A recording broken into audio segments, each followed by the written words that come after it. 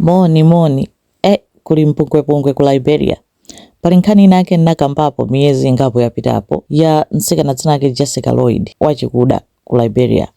Kunapeza kuti kunapita ma missionary achizungu eti mzibambo uyu dzina lake Lucas Richard ndi mkazi wake ku Liberia ndi amakalalikira, anali ndi mpingo umene amalalikira, koma Lucas uja mwanseri anakumana ndi kantsikanako. Mtsikana mwana wa zaka 20 chaka cha 2022 or 21 anapezeka kuti wayamba naye chibwezi, kenako anapita kwawo kwa makolo ake, kukakumana ndi makolo ake nkupempha kuti afuna kumukwatira mpaka analipira lobola. Zonsezo amapanga kumbuyo kwa mkazi wake ndi mpingo, koma ifa yonoti ku Liberia amalola chiwiri polygamy. Anapeza kuti anamutani, anamulola makolo ake edi ananota akhala mkazi wanu nkulipiradi kukhala kuti kuseliku akupanga za nseli kukhala mkazi wake, koma anapeza kuti wampasa mimba. Mtsikana uja nkumuuza kunota ndi mimba, ndiye kaya kuopa kuchitidwa expose kuti chalichi ndi mkazi wake adziwa, anamtenga Jessica uja tsiku lina lake atagula chimpeni kupita naye kumakayenda malo obisika ngati nthengo chonchi kufuna kuti amuphe.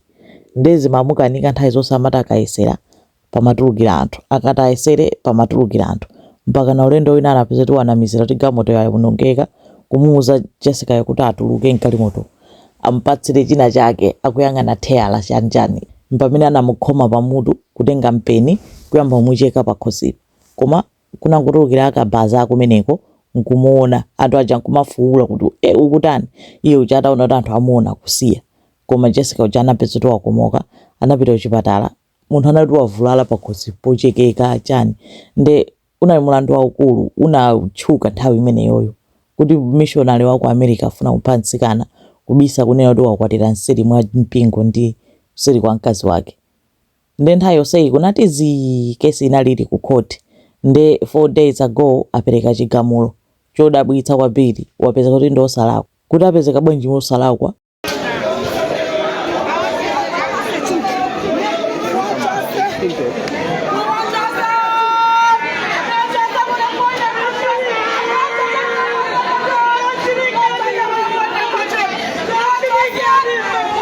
Munthu oneyota anamucheka, anali kuchipatala, mainjalizi munthu wapereka umboni, mwini wache ali moyo nkunena kuti munthu afuna kundipha.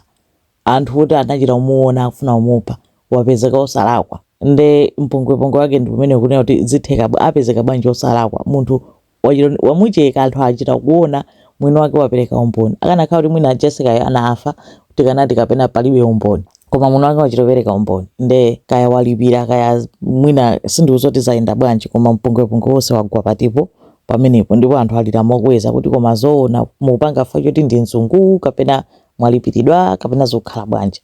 Nde awo ndi mafunso, koma mmene ananenera Lucius Banda dziko lapansi likomera opata. Imene ndi nkhani ikuchitika ku Liberia ya